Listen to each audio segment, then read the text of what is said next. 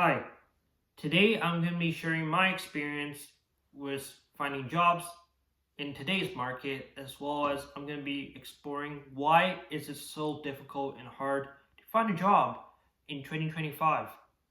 Now, the job market has changed quite a bit since the 19,000s and near the 2000s. It's definitely changed and shifted much more online based on the transfer of media today. Unfortunately, that's just reality. And today I'm going to be expanding much more on the job market and explaining why you might be struggling to find a job. And for any returning viewers, I'm going to be sharing my life update near the end of the video so I don't have to waste any time for, like, if you're a new watcher. I just want to give you my insight, and hopefully this will help you, because ultimately I want you to maybe learn from this even if you aren't currently searching for a job. I want this to maybe give you a better perspective and my perspective of it as well. And this is just my opinion. It's not going to be facts. So yeah. So the first thing I want you to think about is think about how much the internet has changed since like 1980. Back then, there wasn't a lot of websites. There was pretty much just MySpace. There was what was that called? MSN Messenger, like near the early 2000s. And I remember it got rebranded to like Live Messenger, and it was pretty much almost like the birth of modern day social media in a way. And I feel like that really shifted the way people were searching for jobs. Now let's fast forward to 2020. The pandemic hit. There was an outbreak, and a lot of jobs end up shifting online and shifting remotely.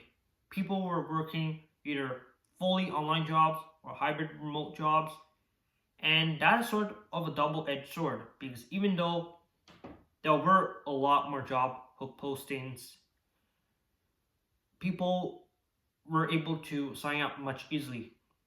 You could be working overseas. For example, you could be located in Taiwan or in Singapore, and you could still get a job in the US if the job is remote. And this will sort of foreshadow why it's sort of a bad idea as well. So this also leads to more competition because there's going to be a lot more applicants, right? I remember back then, a lot more people went in person to apply for jobs. Like, they went to the physical brick and mortar stores, and it was a lot easier because less people really sign up for each of the places. For example, there would probably be only like 50 to 100 folks in like signing up for a convenience store or even like a paint shop, you know? And nowadays, you get 500 to thousands of applicants on websites like Indeed, LinkedIn. And unfortunately, networking and connections are a massive game changer nowadays. Like, I feel like the unfortunate reality is that you really need to start networking. That is going to make it so much easier to just find a job. Because from my experience, I remember the job where I worked as a UI designer. I got that job through networking, and it was through LinkedIn. So let me share you my story. Hopefully this will help you maybe find a job, or if you are planning on finding a job in the future. But regardless, it's interesting to think about because I realized that the first time I went on LinkedIn, I wasn't exactly sure what the frick it is. You know, the interface looked kind of like Facebook. I wasn't exactly sure if it's legitimate. But after digging through it, I realized that it's really only useful for networking. Signing up for jobs, applying for jobs is a completely different story. But I would say definitely if you want to network, use LinkedIn. And how I got my UI design job was pretty much I had a best friend who is no longer my best friend because we had a dispute over our business. But I talked about that in a video I made way back on how I wasted my life and lost my best friend. But pretty much, he had a friend, and his friend owned a business. And ultimately, through like a second connection, you could say, I ended up getting a job by applying to it. During the interview process, I explained that my friend's friend introduced me to the job, and you can see how effective it was, right? People tend to lean more towards people they tend to trust than someone who's actually skilled and qualified, which is honestly not a good system. I feel like I was definitely not the most qualified candidate during that period, and the only reason I feel like I got hired was because I had a mutual connection to the employer. So it's interesting to think about. You can see that it definitely plays a large effect on it. You can literally have a freaking degree. And keep in mind, that time I only had a diploma, like a 2-year diploma. So 100% I was not the most qualified candidate that applied for the job. So I feel like another reason why a lot of people tend to struggle to apply to jobs in this generation, most notably like Gen Z folks, is because there's a lot of ghost jobs, fake jobs. Pretty much what those are pretty much fake job listings that companies use to just protect themselves from like discrimination lawsuits. And a lot of them also are kind of requested by the HR to fill a certain, I don't know, like I actually don't know there's like so many reasons. It's impossible to list all of them, but generally speaking, you probably notice them a lot on Indeed. A lot of the times, the requirements and qualifications they state are very vague or completely out of line and off topic. And unfortunately, that's just reality. It's going to be much more difficult to filter through which job listings are legitimate. And what my advice is to actually go to the website itself to apply, because sometimes on Indeed there won't be a external link, and it might not be legitimate. I remember from my experience, I actually did encounter sort of a ghost job. I pretty much applied for a graphic designer job. The job stated that I was going to be creating logos, editorial designs like magazines covers, right, and posters. Well, I applied for it, I got into an interview, and I ended up getting a job. However, during the job, I was pretty much folding clothes, moving boxes for the first week, and then I had to operate a laser cutter and engrave metals. And on top of that, I also worked with like these large Mimaki printers to print heat transfer labels and vinyl covers. And unfortunately, that is sort of out of line. It's not really the role and qualifications they actually stated on the listing. I was definitely not a graphic designer. I was more of a print technician, like a laser cutter operator, unfortunately. So you can see how misleading some job listings are. So that's just something to keep in mind and watch out for, because I have definitely fallen for it. And yeah, it's just unfortunate how like it feels like it's usually us who's getting screwed. The employers are reaping the benefits. Ultimately, they don't want to pay us. They want us to work for them for very low pay. And it's unfortunately that's how capitalism runs on, money. And also, I going back to connections and networking, I feel like a lot of it has to do with nepotism. A lot of rich people or just people in the companies prefer to hire internally. They prefer to hire people that are the friends or relatives of employees because they know they're more trustworthy and loyal. They don't want people to quit after a year or two, which is understandable, but it really prevents people externally from applying, from like Indeed, unfortunately. And another thing is that just foreign workers are taking away a lot of jobs. Now, I don't want to put the full blame on people that may have applied overseas, maybe in China, India, Philippines, Taiwan. Like, it's not entirely their fault. It's mostly the company trying to get cheap labor from other countries. And it's unfortunate how that's the reality. And it's interesting to think about how much the process of applying to jobs has changed. Like before, you could literally go to like the city hall, look at job listings on a billboard. Nowadays, you just go straight to Indeed or any job posting website. With a click of a button, you can hit apply, and you will be instantly, submit your applicants. And yeah, it's just unfortunate how the system has like been changed. I wouldn't say for the worse. I mean, I wouldn't say for the better. It's definitely a lot worse. And I feel like companies in general are just more stingy with like applicants because there's so many more applicants, probably thousands of people. Like your resume is probably going to be lost, and it's usually scanned by like pretty much AI now. I realized. So like even if you have 10 years of experience and you're very overqualified, the AI scanning your resume is not completely, it's not really foolproof.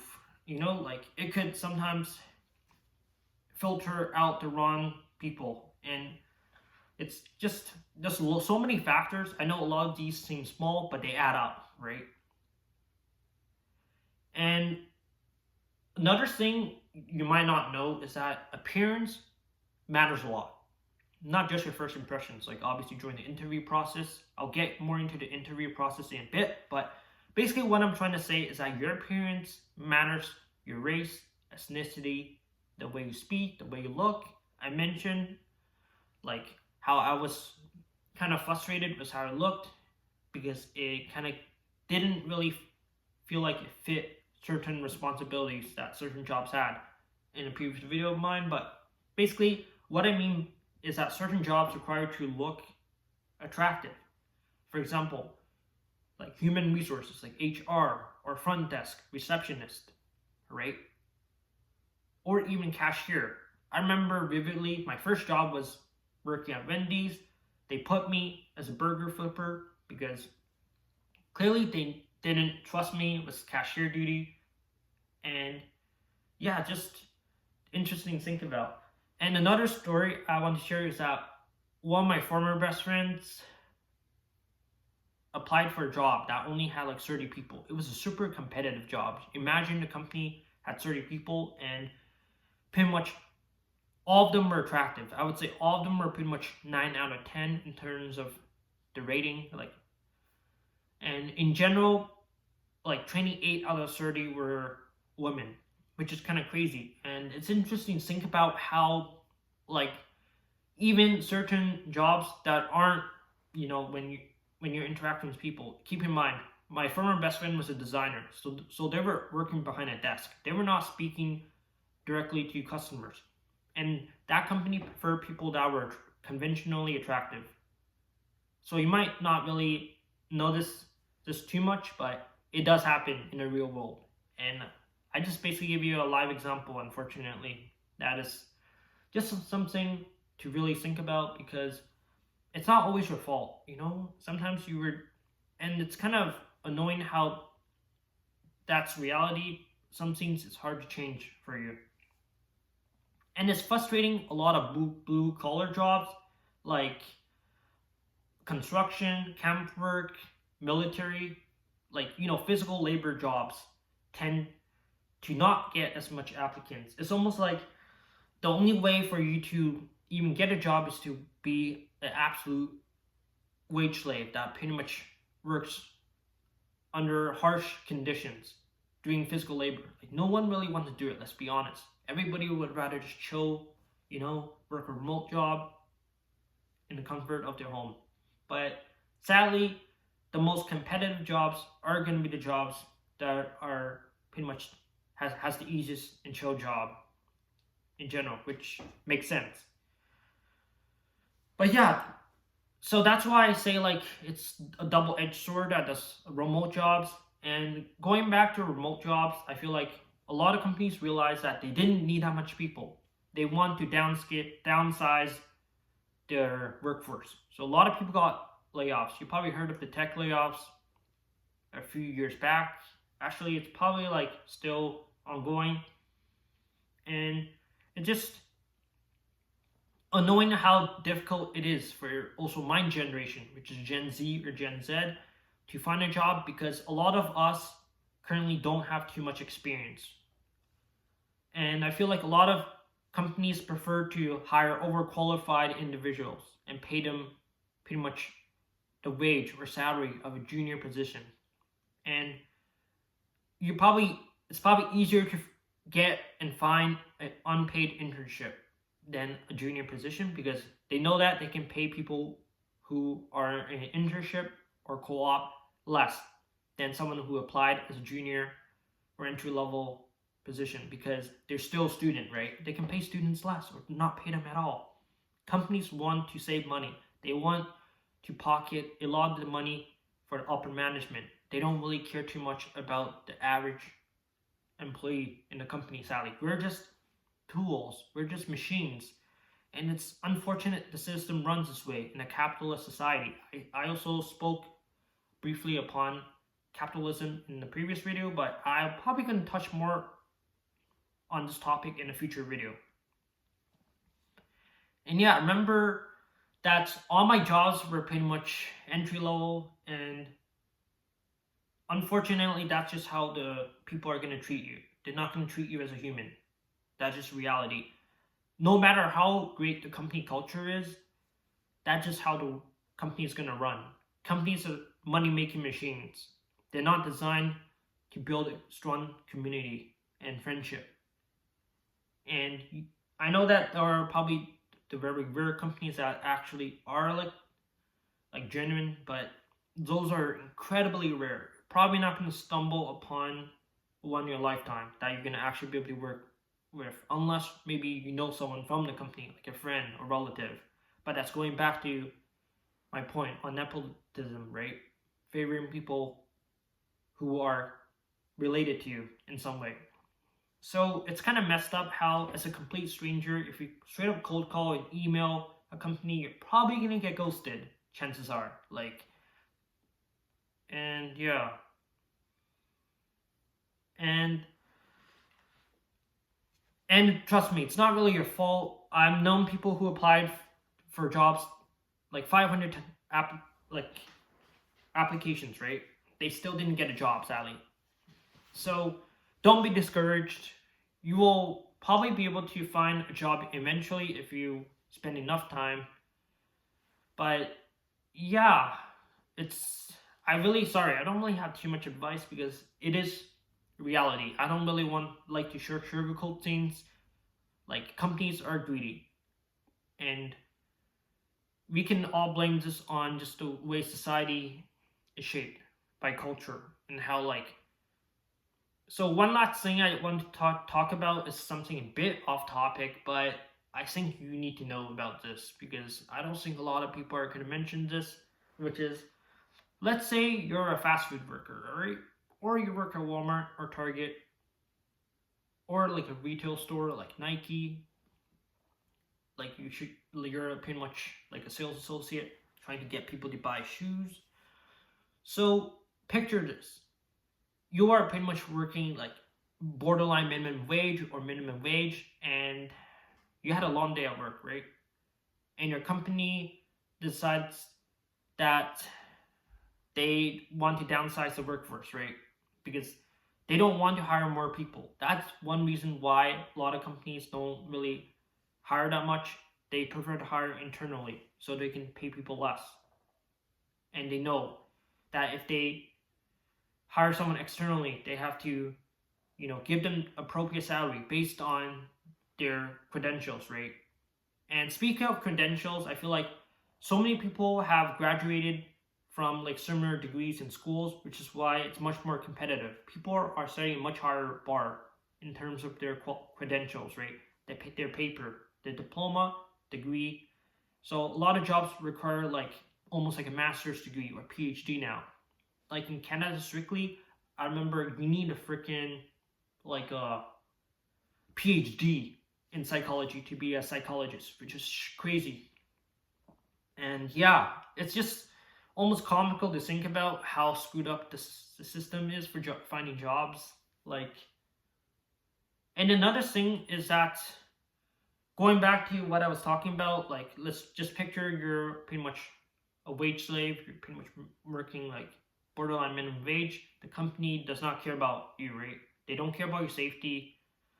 And the reason why I think the system is messed up is because by the time you get home, you're probably super drained. Chances are a lot of entry level jobs are gonna work you to the bone. They're gonna work you super freaking hard. By the time you get home, you probably don't care about doing anything productive, like eating healthy. Like obviously, like some of you will probably still eat healthy, but majority of the people are probably gonna end up eating unhealthy, right? They might just crunch on some Cheetos and some fast food, maybe order takeout through Uber, skip the dishes, because they're too tired to cook and there's not enough time. You know, they might have kids, family, people to take care of, and yeah, that is sort of a negative feedback loop because companies know that if they work you hard enough, you will end up feeling tired at home, right? You know, being unhealthy, and I feel like it's almost like companies want people to stay dumb and unhealthy and be powerless. They want to oppress us ultimately. If you think about it, if you're a McDonald's like cashier or a burger flipper, because they don't want you to go back to school. Chances are they probably want you to stay as a minimum wage worker.